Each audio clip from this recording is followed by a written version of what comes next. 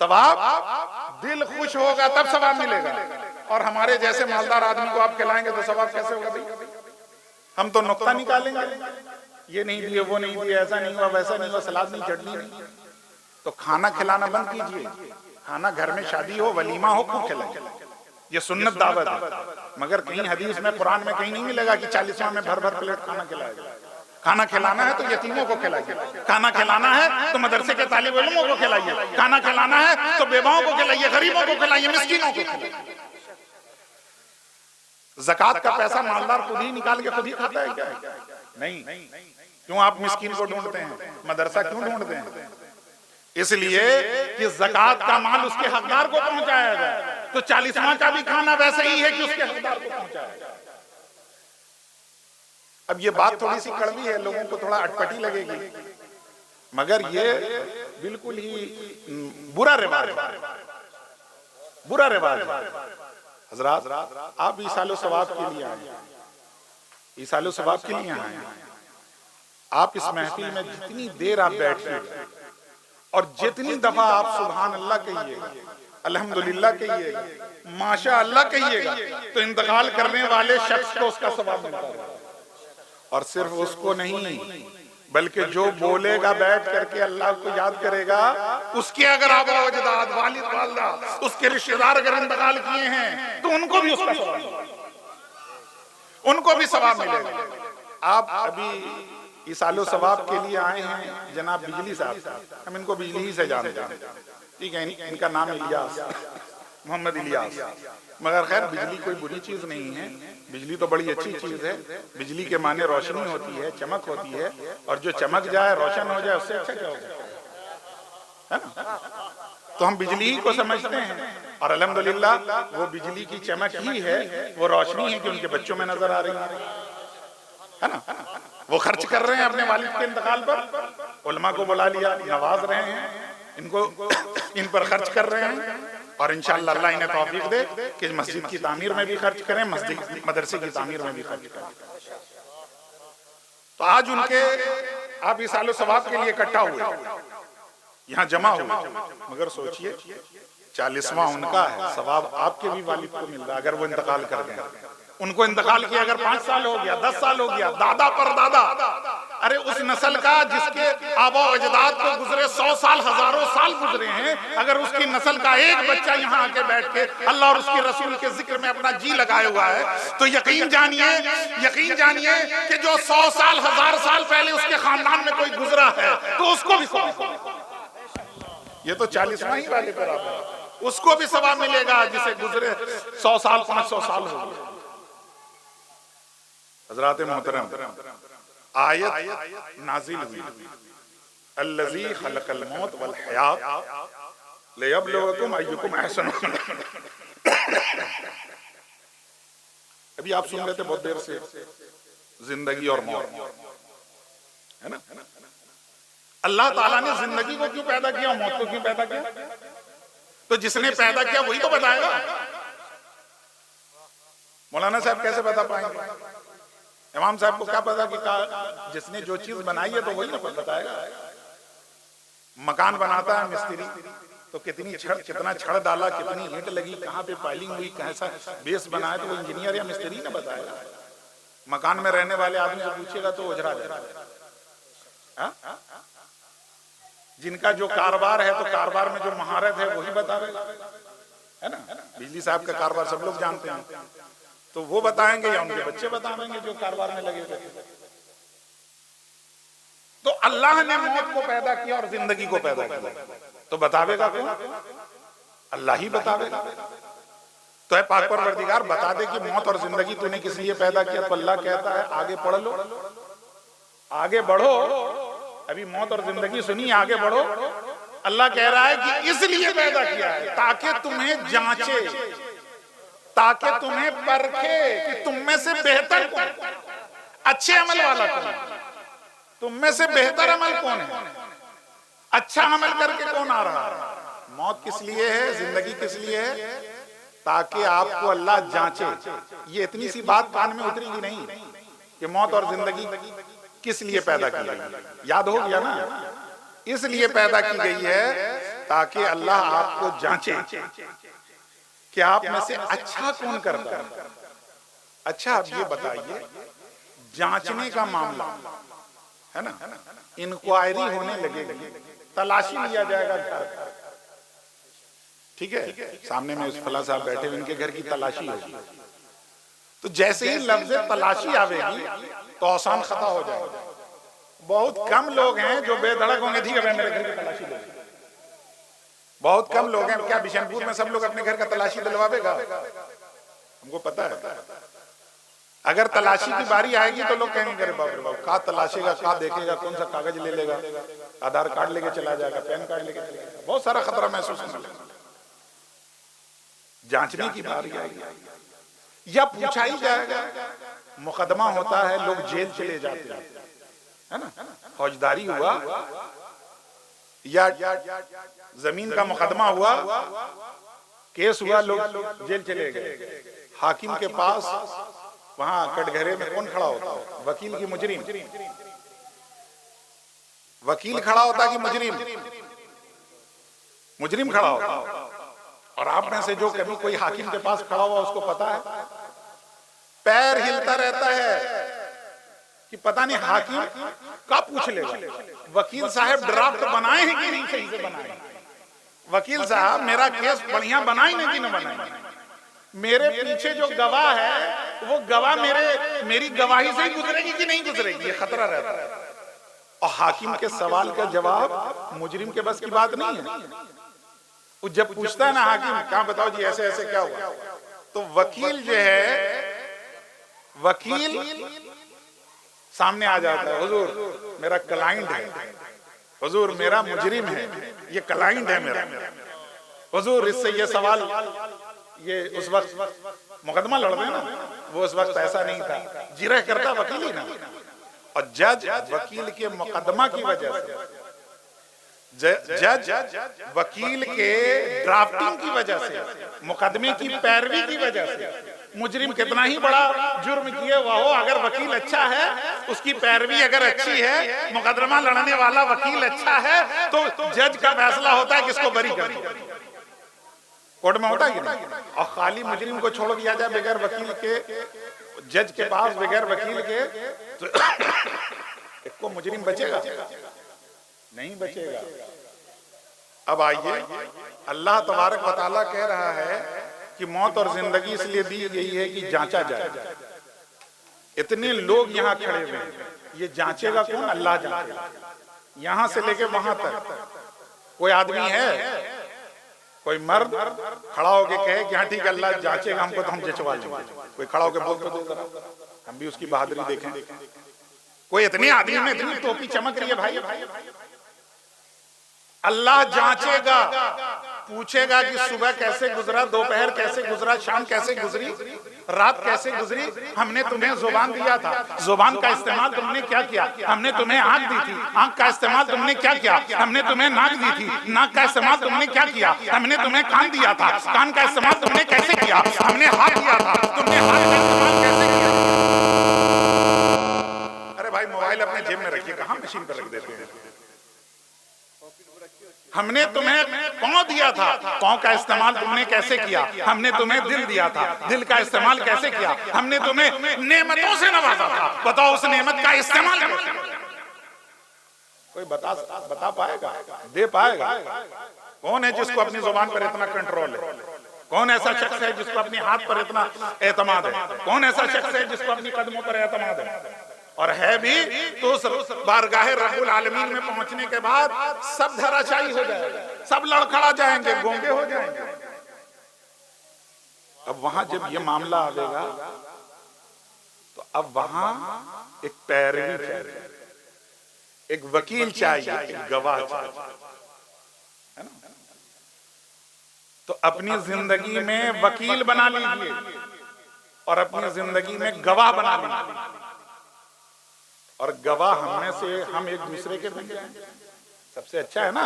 आपके गवाह हम बन जाएं, आपके मेरे गवाह आप बन जाएं।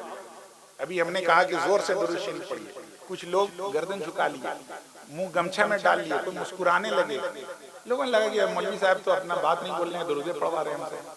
सुन लो कान खोल कर, मिनमिना के दरूद पढ़ोगे तो पता नहीं कि गवाही देने वाला कौन होगा या नहीं होगा, मगर जोर से दरूद पढ़ोगे, आवाज के साथ पढ़ोगे। अगर स्टेज का मौलवी सुन लिया, जब बगल का कोई पड़ोसी सुना, और जब हाकिम के पास जब गवाही गुजरेगी, जब जांचा जाएगा, तो पड़ोसी कह देगा पाक परवरदिगार इसके अमल तो कमजोर है, ये लंगड़ा है, ये अपने अमल से कमजोर है, मगर या रसूलल्लाह पाक परवरदिगार ये फला गांव में, फला मोहल्ले में, फला तारीख में मिलाद की महफिल हो रही थी, मगर इसने मुस्तफा जाने रहमत पे जोर जोर से पढ़ा था। इसने मुस्तफा सल्लल्लाहु अलैहि वसल्लम पर, तेरे महबूब का जब नाम लिया गया तो सल्लल्लाहु अलैहि वसल्लम कहा था, ये जोर जोर से दरूद पढ़ रहा था, वो गवाह बन जाएगा वहां, और उसकी गवाही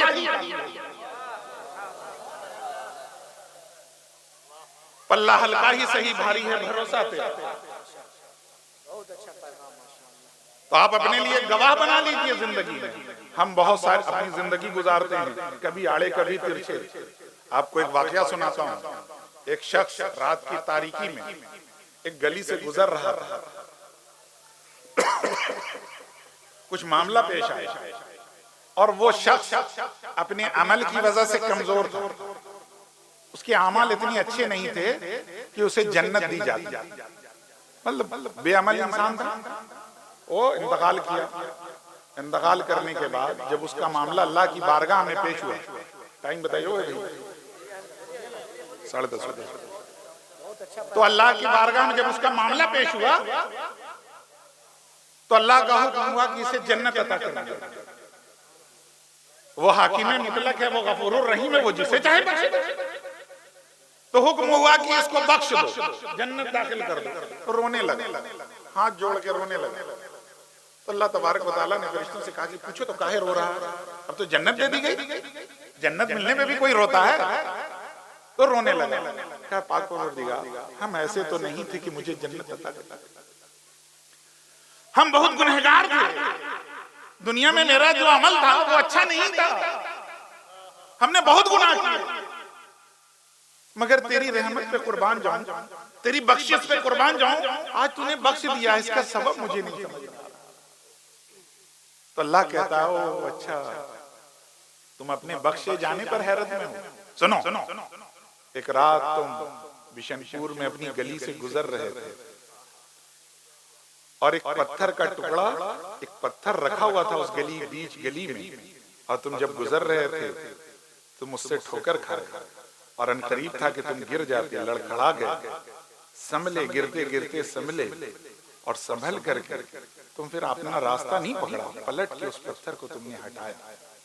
और जब तुम पत्थर हटा रहे थे तो तुम्हारे दिल में ये ख्याल गुजर रहा था कि मेरे मोहल्ले में बूढ़े भी रहते हैं, मेरे मोहल्ले में बच्चे भी रहते हैं, मेरे मोहल्ले में खवातीन भी रहती हैं, आज मैं गिरते गिरते बचा हूं, हो सकता है किसी का बच्चा लहूलुहान हो जाए, कोई बूढ़ा गुजरे और वो चोट खा जाए तो अल्लाह की मखलूक को तकलीफ ना पहुंचे, इस वजह से तुमने उस पत्थर को किनारे लगा दिया। मुझे ये आदा इतनी पसंद आई कि जो बंदा मेरी मखलूक की फिक्र करे तो रब उसकी फिक्र क्यों ना करे, आज उसकी वजह से तुम्हें बख्श दिया। नारे तकबीर, नारे रिसालत, मसलके आला हजरत, जलसे चहल। क़यामत के दिन नफसी नफसी का आलम होगा, बाज पुरश होगी, अमाल पूछे जाएंगे, मगर जिंदगी में एक पत्थर हटाने की नेकी भी अगर होगी ना तो इंशाअल्लाह अल्लाह बख्शेगा। इस नीयत से कि अल्लाह की मखलूक को तकलीफ ना पहुंचे। बनी इसराइल, अभी इसराइल का तो बड़ा चर्चा है, सुन रहे ना? इसराइल इतना ताकतवर मुल्क है कि थोड़े से मुसलमान को चूर रहा है, मार रहा है, काट रहा है, कौन बहा रहा है। बनी इसराइल, कुरान शरीफ हाफिज साहब हैं, ये सनव्वर हैं, इधर महबूब हैं, तमाम इमाम साहब हैं, उनके पास बैठिएगा तो बनी इसराइल का बहुत सारा वाकया कुरान शरीफ में पूरी आयत नाज़िल हुई है, या बनी इसराइल उसके खिताब के साथ। तो बनी इसराइल में एक शख्स जो अमल का कमजोर था, गुनहगार शख्स, वो गुजर रहा था और गुजरा एक कुएं के पास से गुजरा, और अल्लाह तबारक व तआला वो गुनहगार शख्स का इंतकाल किया और बख्श दिया। तो जब बख्श दिया गया तो मोहल्ले में किसी ने ख्वाब देखा, ठीक है, अभी आपके वालिद इंतकाल कर गए, बीवी साहब, आप उनके बेटे हैं? अच्छा, जी, हम ऐसे फेस टू फेस सब बच्चों को नहीं पहचानते, एक को पहचानते, एक या दो को। तो अब आपके वालिद इंतकाल किए हैं, हो सकता है मोहल्ले में जिससे बहुत ताल्लुकात रहे हो, करीबी रहा हो, दिल का ताल्लुक रहा हो सकता है कि वो कभी उनको ख्वाब में देख ले, ऐसा होता है। या आप खुद ही अपने अब्बा को देखें ख्वाब में, और कभी कभी मामला जाहिर भी हो जाता है। आप जैसा यहाँ पे अमल करेंगे, अगर उनके लिए सदका और खैरात कीजिएगा, उनके लिए इसालो सवाब की महफिल कीजिएगा, तो यकीनन आपके वालिद की रूह को इसका फायदा पहुंचेगा, उनकी कब्र में उनको राहत पहुंचेगी। और जब राहत पहुंचेगी तो आप ख्वाब कभी देखेंगे ना, तो आपके वालिद का चेहरा हशाश व बशाश नजर आएगा, खुश नजर आएगा। और ये खुशी जब आप कभी देख लीजिएगा ख्वाब में अपने वालिद को, तो ये समझ जाइएगा कि आप उनके लिए कुछ नेकी कर रहे हैं, या आपके वालिद ने अपनी जिंदगी में कुछ नेकी की। तो वैसे ही वो शख्स जब इंतकाल किया तो उसके मोहल्ले वाले ने एक दिन ख्वाब, उसका कोई पड़ोसी ख्वाब देखा वही बनी इसराइल का जो शख्स था जो इंतकाल किया, उसको ख्वाब में देखा। तो देखा कि बड़ा अच्छा चंगा है, बड़ा अच्छा है, खुश लग रहा है। तो कहा कि अरे तुम तो इंतकाल कर चुके हो, ख्वाब में बात हो रही है। कहा मैं इंतकाल कर चुका हूँ। अच्छा बताओ, तुम तो इतने अच्छे थे नहीं कि बड़ा खुश रहो, मामला तो सख्त गुजरने वाला। हम लोग तो ये समझ रहे हैं कि सख्ती होगी और तुमको देख रहे हैं बड़ी राहत में, क्या मामला हुआ? तो वो शख्स कहता है कि मुझे अल्लाह तबारक व तआला ने अपने फजल से, अपनी रहमत के सदके मुझे बख्श दिया।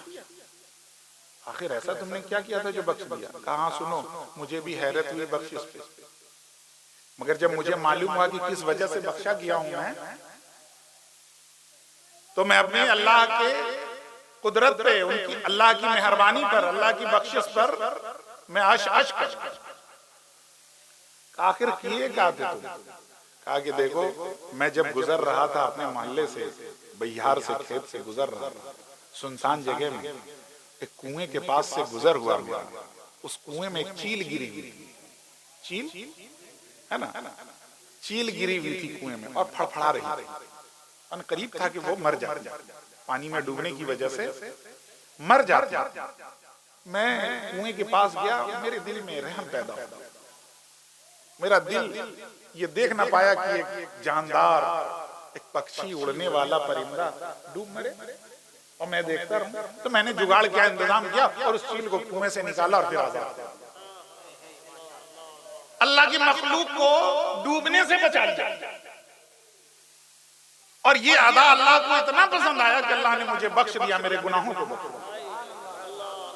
एक चील को जिंदगी अता करने वाले, उसे बचाने वाले को अल्लाह जब बख्श सकता है, तो अपने मोहल्ले वाले से अच्छा सलूक करने वाले के साथ क्या अल्लाह करेगा? जो अपने पड़ोसी के साथ अच्छा सलूक करे, जो अपने भाई का हक अदा करे, जो अपनी बहन का हक अदा करे, जो अपनी वालिदा का हक अदा करे, जो अपने बड़ों की इज्जत करे, जो अपने छोटों पर शफकत करे, तो फिर अल्लाह तबारक व तआला यकीनन उसे बख्शेगा,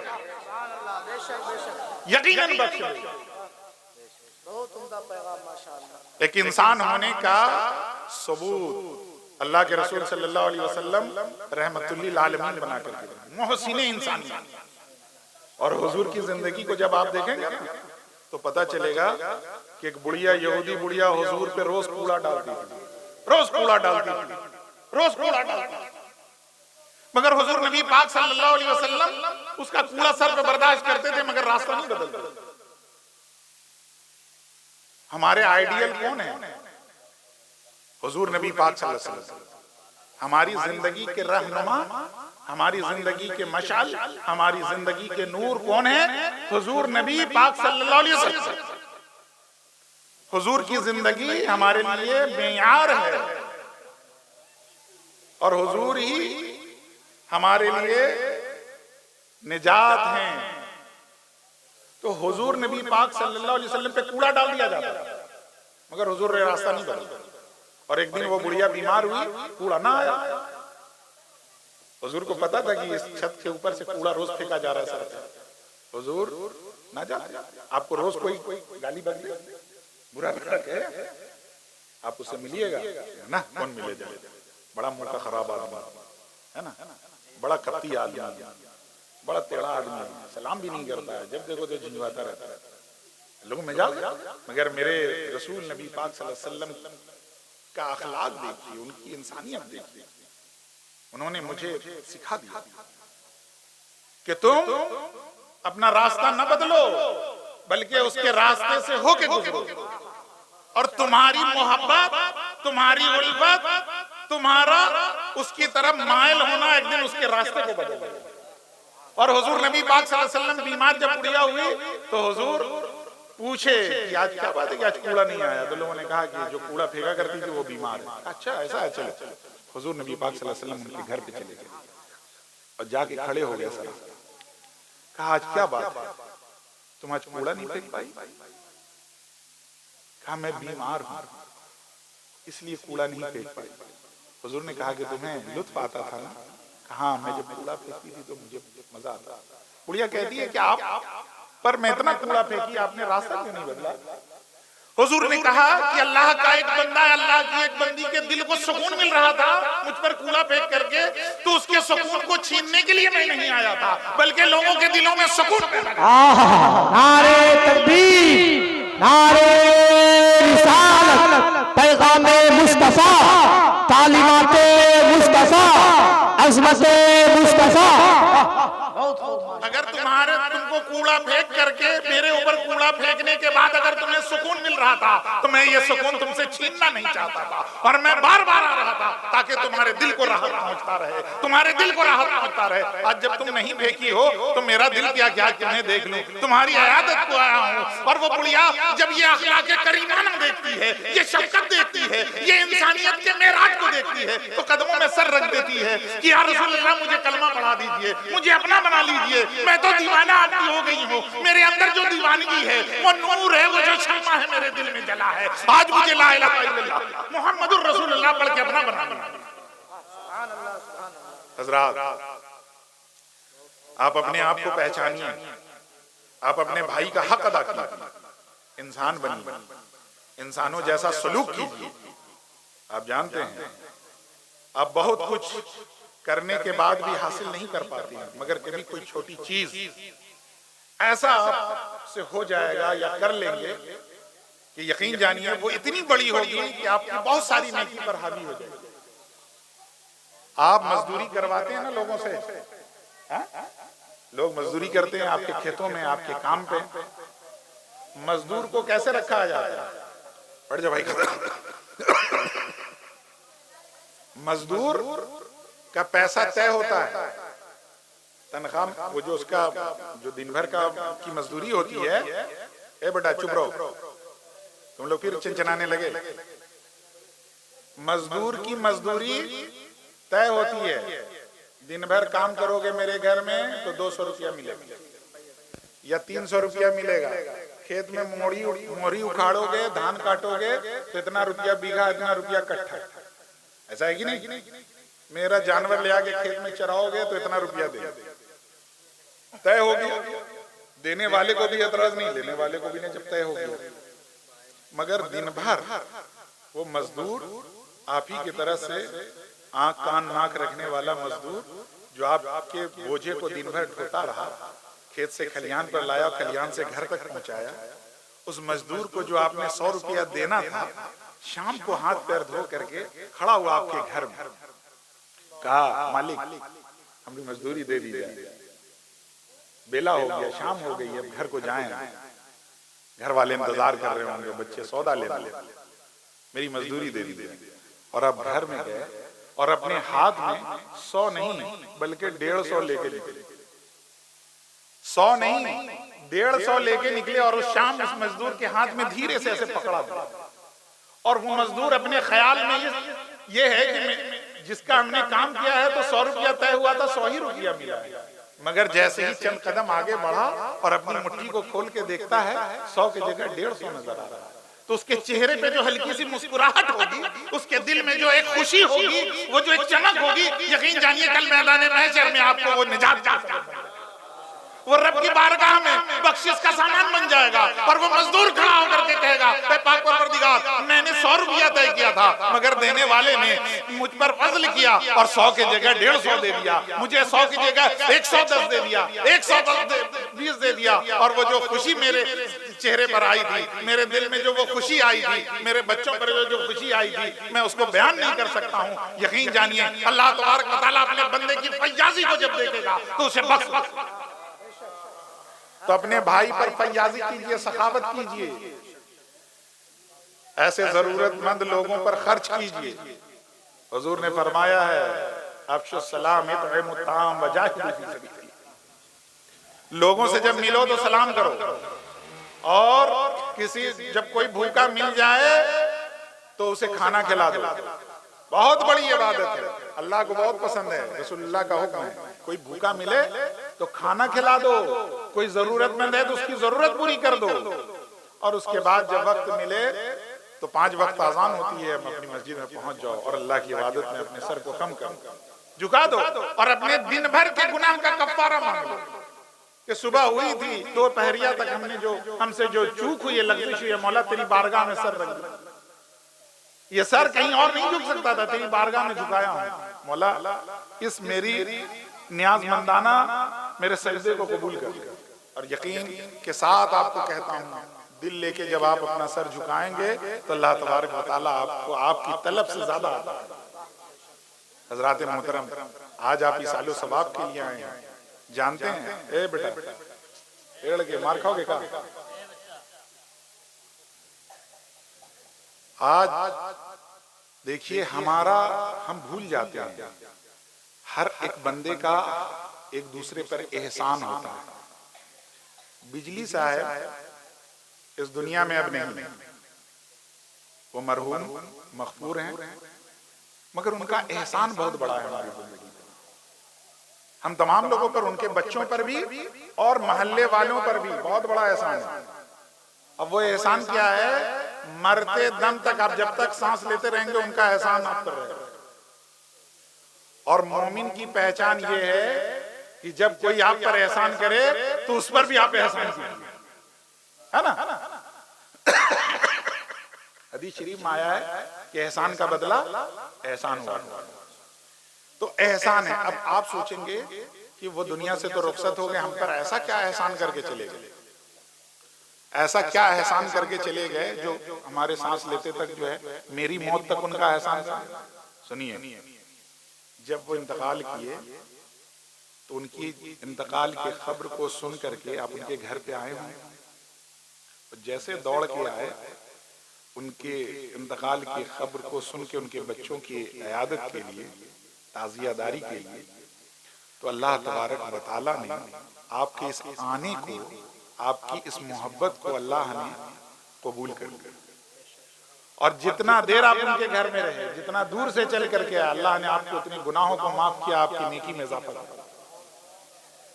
और जब तजहीद और तकफीन की बारी आई, गुस्ल देने की बारी आई, जिन जिन लोगों ने उनको गुस्ल दिया, अल्लाह तबारक व तआला जितनी देर आप, जितना जिन जिन लोगों ने गुस्ल दिया, गुस्ल देने वाले का अल्लाह गुनाह माफ करता है।